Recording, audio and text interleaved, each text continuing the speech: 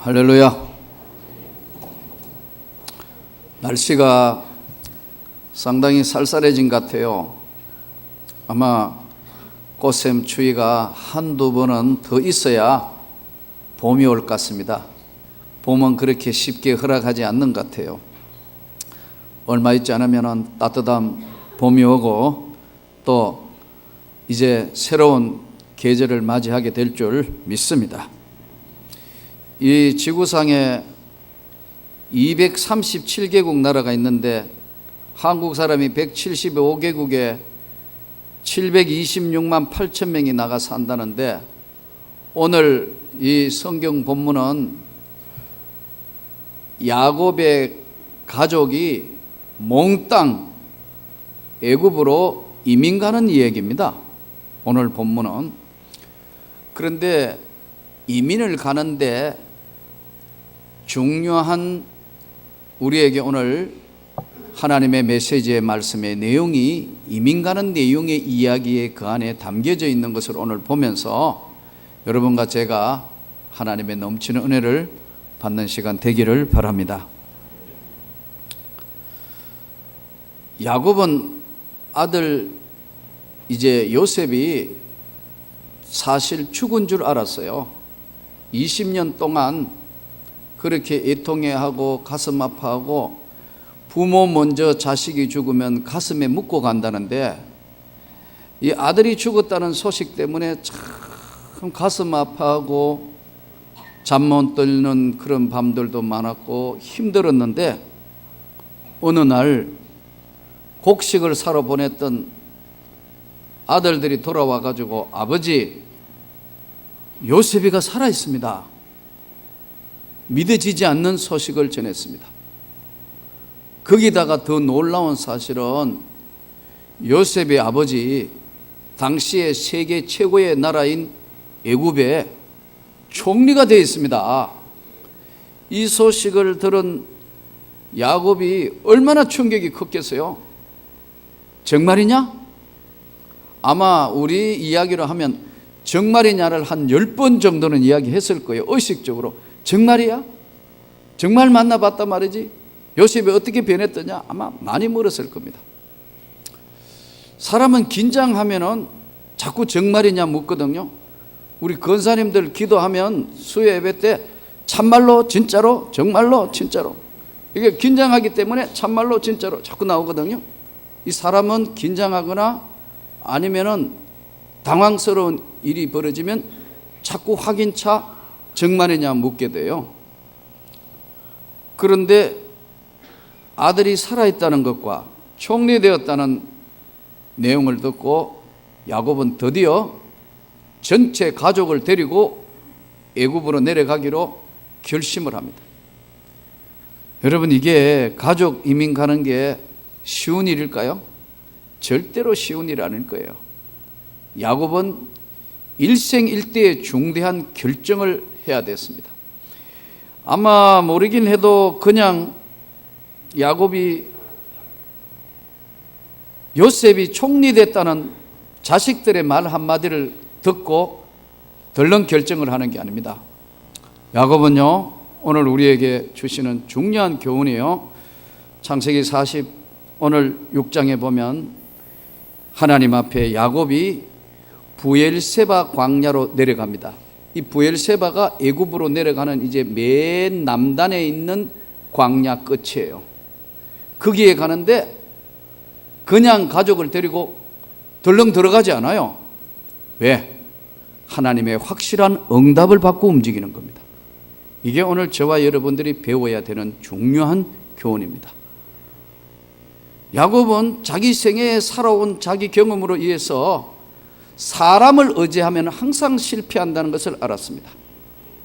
시편 146편은 이렇게 말씀합니다. 방백들을 의지하지 말며 도울 힘이 없는 인생도 의지하지 말지니 당일에 그 도매가 소멸하리로다. 야곱의 하나님을 자기 도움으로 삼으며 그 하나님께 소망을 두는 자가 복이 있도다. 그럼 이 야곱의 하나님, 약속의 하나님, 늘 일생 동안 지켜주시는 하나님, 야곱은 일생일대의 중대한 결정을 위해서 부엘세바 광야에서 하나님 앞에 제단을 샀습니다.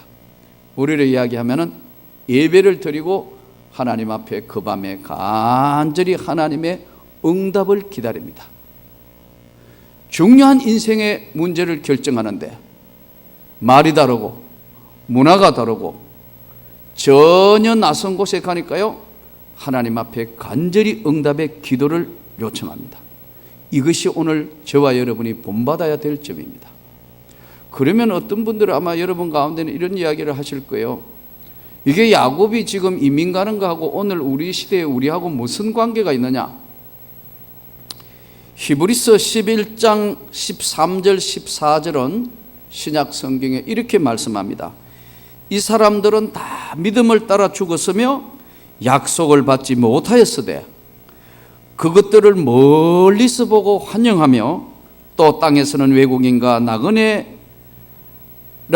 나그네임을 증언하였으니 그들이 이같이 말하는 것은 자기들이 본향 찾는 자임을 나타내미라. 오늘 우리 삶이 하나님 나라에 가는 나그네다 이 말입니다. 믿습니까? 우리 그리스도인 신앙인의 삶은 하나님의 나라로 가는 여정의 한 나그네 인생이다.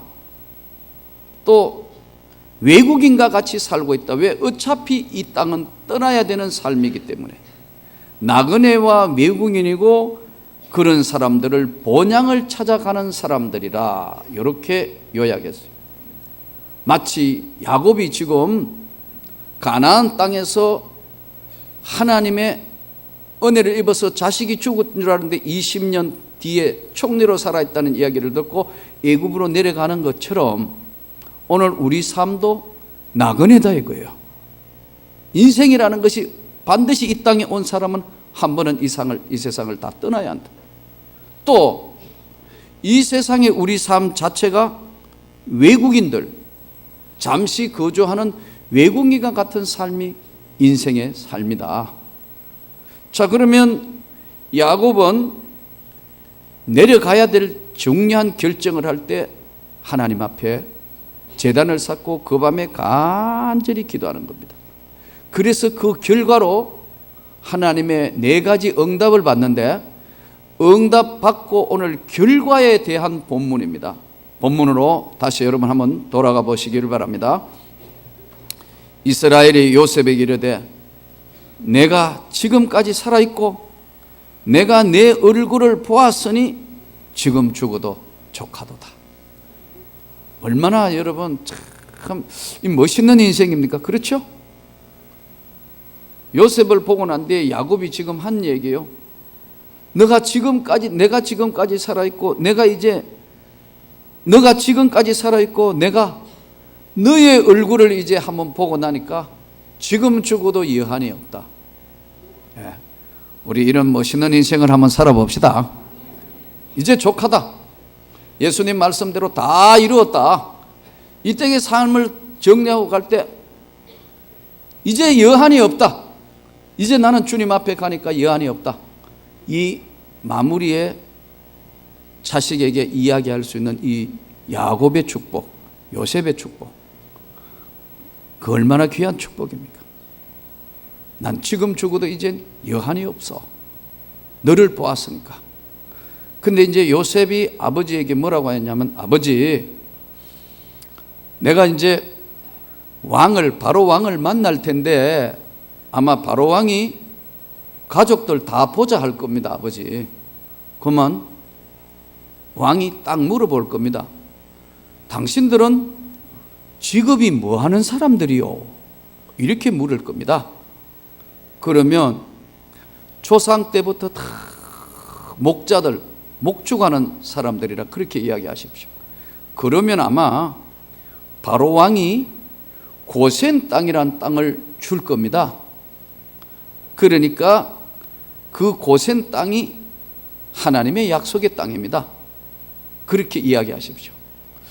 여기서 애굽 사람들은 당시에 3가지의 세계관을 가지고 있었습니다. 첫째는 이 사람들은 우상을 아주 섬기는 나라였습니다. 세계 최고의 당시에는 건동, 중동을 제패하는 가장 강력한 나라였으면서도 동시에 우상을 아주 섬기는 나라였어요. 바로라는 말이 뭐냐면 태양의 아들이라는 뜻입니다. 예. 그래서 마지막 재앙 때 하늘을 캄캄하게 하고 장자들을 쳐버리지 않습니까? 그래서 마지막 바로가 두 손 번쩍 드는 겁니다. 그래서 태양의 아들, 바로라는 게 태양의 아들이란 뜻이에요. 우상이 당시에 너무너무 우글우글한 땅에 하나님은 계획이 계셔서 유일신 하나님을 믿는 백성을 거기에 이식시키는 겁니다. 70여 명으로 거기에 내려가서 나중에 어마어마한 장정만 60만이 되어서 출애굽하게 하는 하나님의 섬세한 계획과 섭리와 그 안에는 하나님의 놀라운 축복의 손길이 흐르고 있었습니다. 예. 우상을 너무너무 섬겼고요. 그 다음에 이 사람들은 어떤 세계관을 가지고 있냐면은 이 당시에는 최고의 문명과 문화국가였으니까 애굽이 목축하는 사람들은 굉장히 저급한 사람으로 생활에 가장 낮은 단계에 있는 사람들이 양치는 사람들이었습니다. 이 사람들은 이미 정착민으로서의 농업을 했고 당시에 여러 가지 많은 기술을 가지고 있었기 때문에 양치기는 제일 하층민 계급이 하는 직업이었습니다. 우리로 이야기하면은 고급 인력은 하지 않는 그런 사람들이 목축자들이었어요. 그러니까 하나님께서 미리 다 계획하셔가지고 얼마나 섬세하시냐면, 만일에 여러분 생각해 보세요. 75명이라는 사람 왔는데 그 땅 줄 때 좋은 땅을 주려고 하겠어요? 그런데 농사 짓는 땅이나 자기들이 주거지가 아닌 다른 지역으로 보내어서 그 고센 땅 지역은 굉장히 목축을 하기는 아주 좋은 풀이 있는 동네란 말이에요. 하나님께서 계획하신 바는 섬세해요. 저와 여러분이 우연히 이 서울 땅에 사는 게 아닙니다, 여러분. 하나님이 다 이끌지 않으면 이 자리에 있을 사람이 아무도 없습니다. 하나님이 계획하시고 섭리하셔서 아주 틀림없는 계획의 손길로 이 자리로 인도하시는 거예요.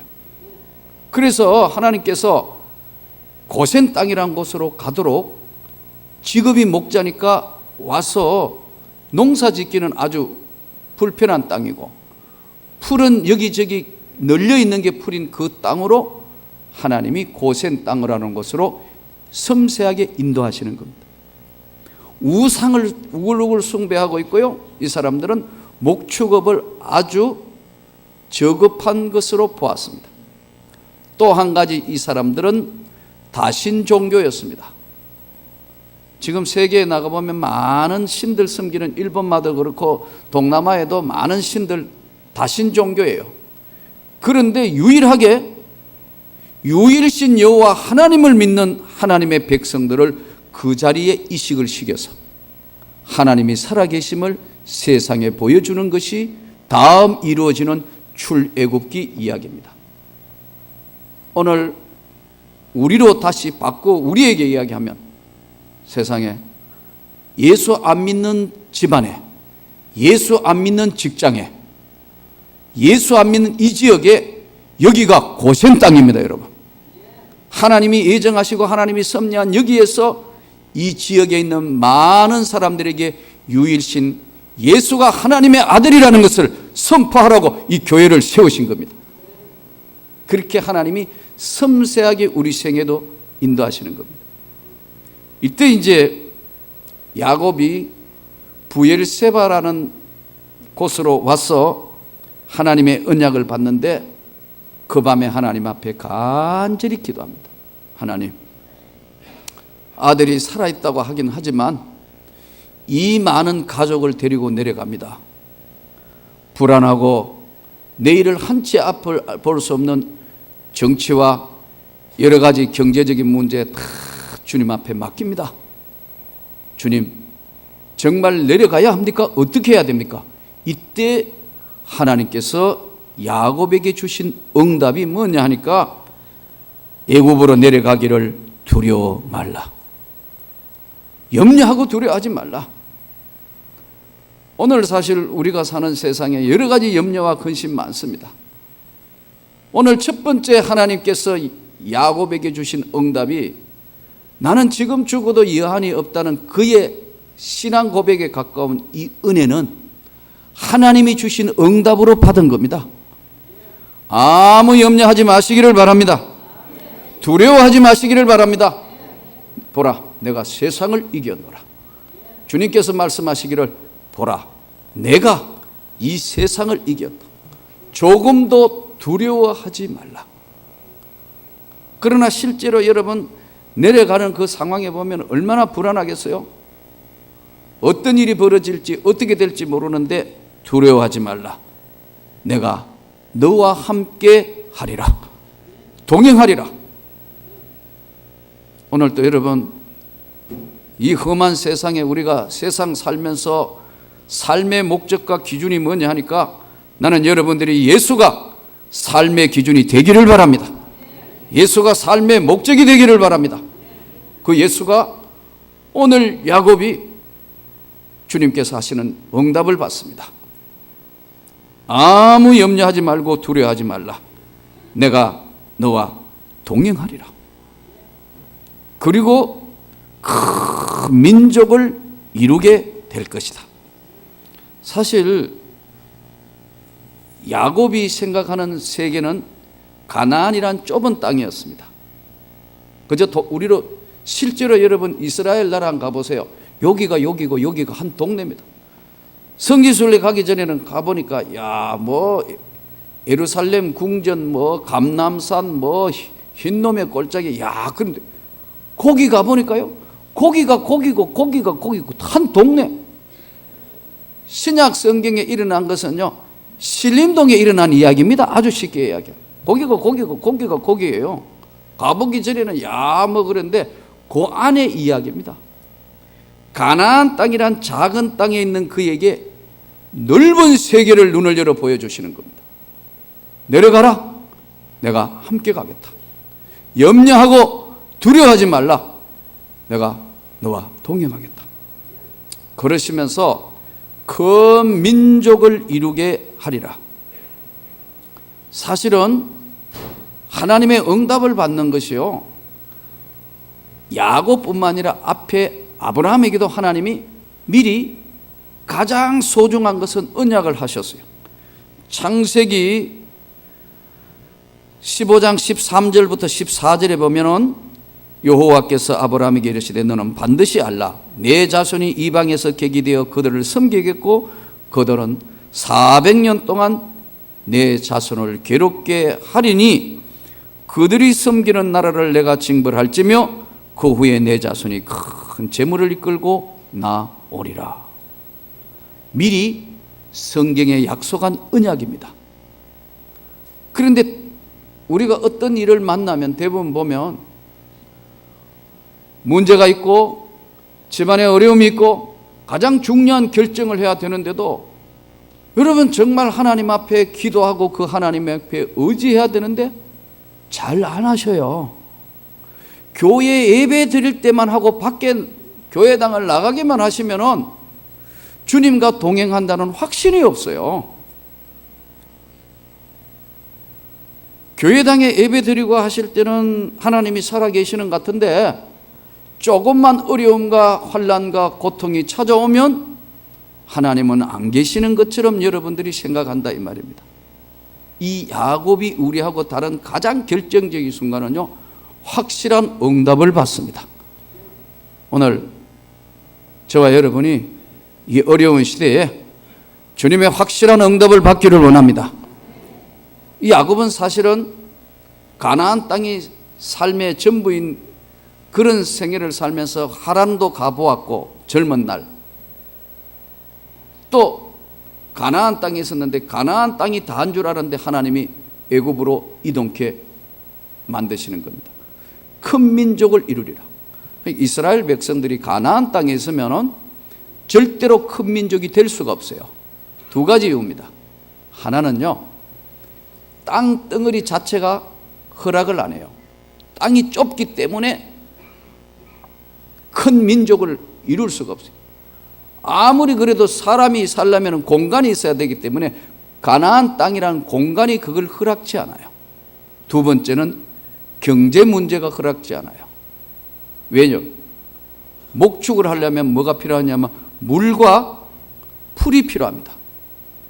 아브라함과 롯이 삼촌하고 사이인데도 나중에 물과 풀 때문에 서로 다투지 않습니까?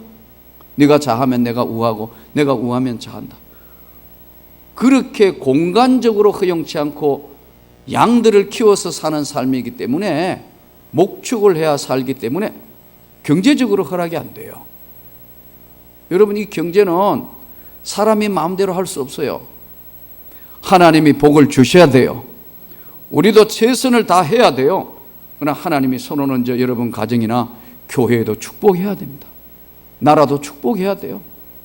예. 근데 하나님이 불안해하는 야곱에게 큰 민족을 이루게 하리라. 막상 고센 땅이라는 곳에 오면요, 끝이 안 보이는 널려 있는 게 전부 풀이에요. 널려 있는 게 물이에요. 그러니까 양들이 얼마나 좋아하겠어요. 풀을 뜯고 먹고 하니까 양들이 얼마든지 번성하니까 그게 삶의 큰 민족을 이루는 기초가 되는 겁니다. 우리 지금 도시들도 한번 보세요. 여건이 형성돼야 도시가 강해집니다. 커집니다. 그러나 여건이 약해지면요, 도시 계속 약화돼요. 이와 같이 나라도 큰 민족을 이룰 수 있도록 하나님이 복을 주셔야 되는 거예요. 하나님께서 약속을 하시는 겁니다. 두려워하지 말라. 내가 너와 동행하리라. 큰 민족 이루게 될 것이다. 그리고요, 너는 마지막에 네가 세상을 끝나는 날 너의 잃어버렸던 아들 요셉이 너의 눈을 감겨주리라. 얼마나 멋있는 인생이에요. 그래서 야곱이 시편 146편 말씀대로 야곱의 하나님을 자기 도움으로 삼는 자 복이 있다. 그래서 이제 드디어 내려가게 됩니다. 이 과정을 통해서 야곱이 내려갈 때 아무도 반대한 사람이 없어요. 가족이 전부 다 예 아버지, 우리는 아버지의 뜻을 따라서 하나님이 약속한 땅으로, 지시하는 땅으로 우리는 움직입니다. 여러분, 오늘 신뢰와 믿음이라는 것은 하나님의 확실한 응답으로부터 나옵니다. 저는 여러분과 제가 이 광야와 같은 세상 살면서 예수 그리스도로 힘있기를 바랍니다. 예수 그리스도가 주시는 분명한 응답으로 두려워하지 말라, 함께 할 것이다. 그 약속의 말씀으로 믿고 승리할 수 있기를 바랍니다. 미국의 남북전쟁 당시에 제일 남북전쟁에 어려운 게 뭐냐면, 사실은 여러 가지 많은 요인들이 있었지만 1862년에 남부의 연합 대통령이었던 제퍼슨 데이비스가 이런 이야기를 했습니다. 우리 남부가 무너지게 된 가장 큰 문제는 뭐냐? 서로가 서로를 믿지 못한다. 서로 안 믿는 거예요. 저 사람이 진짜 말인지 일단 의심하고 보는 거예요. 그 이유가 뭐냐면 제일 큰 문제가 노예제 기반 경제를 허물 목적으로, 여러분, 북군들이 뭘 했느냐 하면요, 위조 지폐를 뿌린 거예요. 가짜 돈 아시죠? 위조 지폐. 위조 지폐를 계속 뿌리니까 정말 자기 돈을 가지고 있는 사람 내밀어도 사는 사람이나 파는 사람이 이게 진짜 위조 지폐인지 가짜인지 진짜인지 구별을 잘 못하는 거예요. 정교하게 만드니까. 그 처음에는 장사하는 사람들의 문제였어요. 그런데 이 문제가 장사하는 사람들 서로 노예 관계에서 사고 파는 사람들의 문제가 생긴데, 이 문제가 나중에 되니까 무슨 문제가 벌어지느냐? 사회적인 문제로 벌어지는 거예요. 여러분, 예를 들어서 지금 우리나라에도 위조 지폐가 다 돌아다닌다 하면 어떻게 돼요? 커피값 받으면 이게 진짜인가 아닌가 이거 봐야 될 거 아니에요.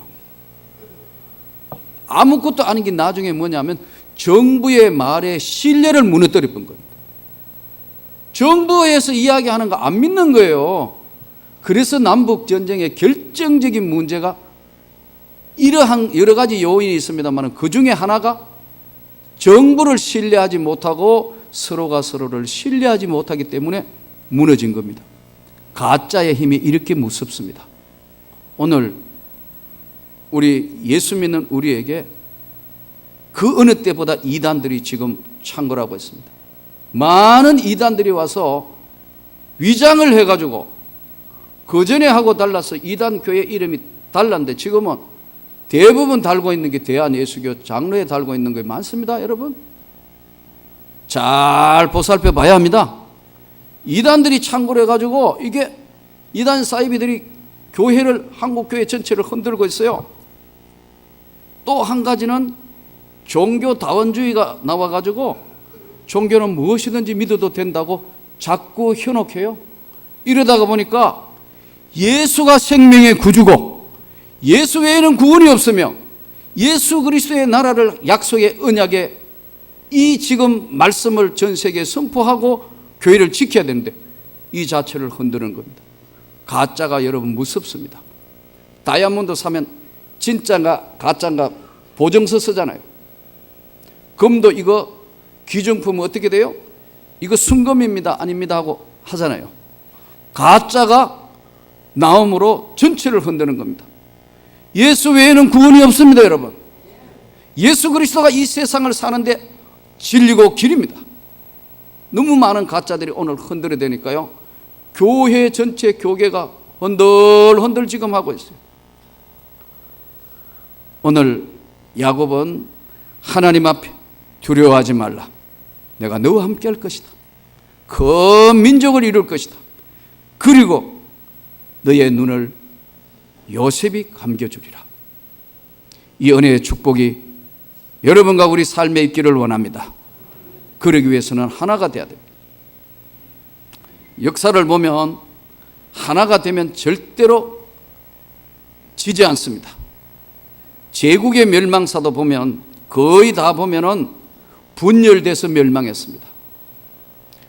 삼국시대 때 신라 백제 고구려가 있을 때 사실 신라가 통일하는 것은 가장 신라가 연약한 나라입니다. 한쪽에는 왜구의 침범을 받고 백제의 옆구리를 맞고 위에 고구려에 눌립니다.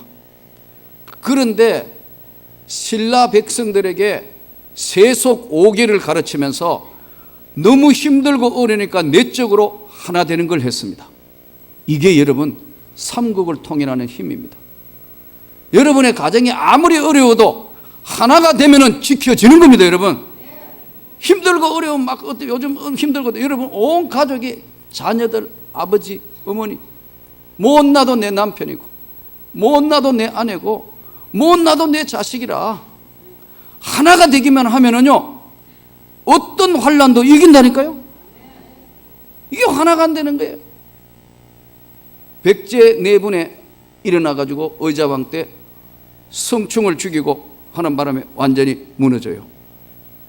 고구려요 동부가 최강의 광개토 대왕 때 영토를 확장했는데 영계소문 때는 당나라 100만 대군을 맞상대하는 힘인데요 그 아들 때 분열돼서 남생 남건 남산이 이 아들 셋이 전부 분열하니까 2년 뒤에는요 제대로 손 한번 못 쓰고 다 그냥 무너져 버렸어요. 임진왜란 7년 동안 왜군이 쳐들어와 가지고요 얼마나 많은 한국 사람들 붙들어 간지 여러분 나가사키에 노예로 데려가가 팔았으니까 당시에 세계 노예 시장이 폭락했어요. 5만 명 이상 잡혀갔다고 기록되어 있다. 우리가 이렇게 많은 민족이에요. 다 잡아가 가지고 말이야 그거 노예로 파는데 세계 노예 시장이 갑이 폭락할 정도로 이 조선 사람 잡혀갔다고. 그런데도 나라가 정신을 못 차려가지고 임진왜란 7년을 마무리한 게 여러분 군사 마무리가 아닙니다. 의병이 일어난 겁니다. 나라를 지켜야 되겠다고 백성들이 의식이 깨난 거예요. 안 되겠다. 거기에 걸출한 인물이 이순신이라는 인물이 나왔기 때문에 나라를 지켜낸 겁니다. 여러분 오늘 우리나라 지금 되어가는 꼴 보세요. 난 정말 걱정돼요. 이거 큰일이다 이거. 제주도 강정마을 하는 꼴이나 지금 FTA나 이거 나는 절대로 정치적인 발언이 아닙니다. 하나가 되어야 하는 줄로 믿습니다. 교회도 여러분 하나가 되어야 됩니다. 세상을 향하여 싸울 때 하나가 될 때만 이 교회가 힘이 있습니다. 우리는 말씀과 믿음으로 하나 될 때는 세상의 그 어떤 환난도 그 어떤 역경도 내가 세상을 이겼다는 예수님 말씀대로 이길 수 있습니다. 여러분의 가정이 하나 되기를 간절히 소원합니다.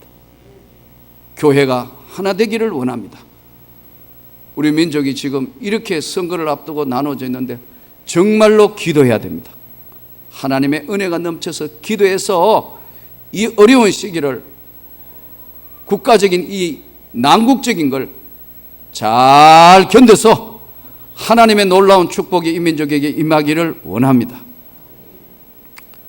어제 잠깐 보니까 성공시대 저 산문그룹의 문회장에 대한 이야기가 쭉 나오는데 텍사스에 단돈 500불을 가지고 미국을 간 사람이 온갖 역경과 고난 가운데 나중에 부도 나고 그 어려운 시련 가운데 다시 텍사스로 내려와서 지금 세계적인 큰 기업을 이뤄서 한국민의 자부심이라 할 만큼 글로벌 성장한 문회장 일대기에 대해서 쭉 다루는 이야기가 나왔습니다.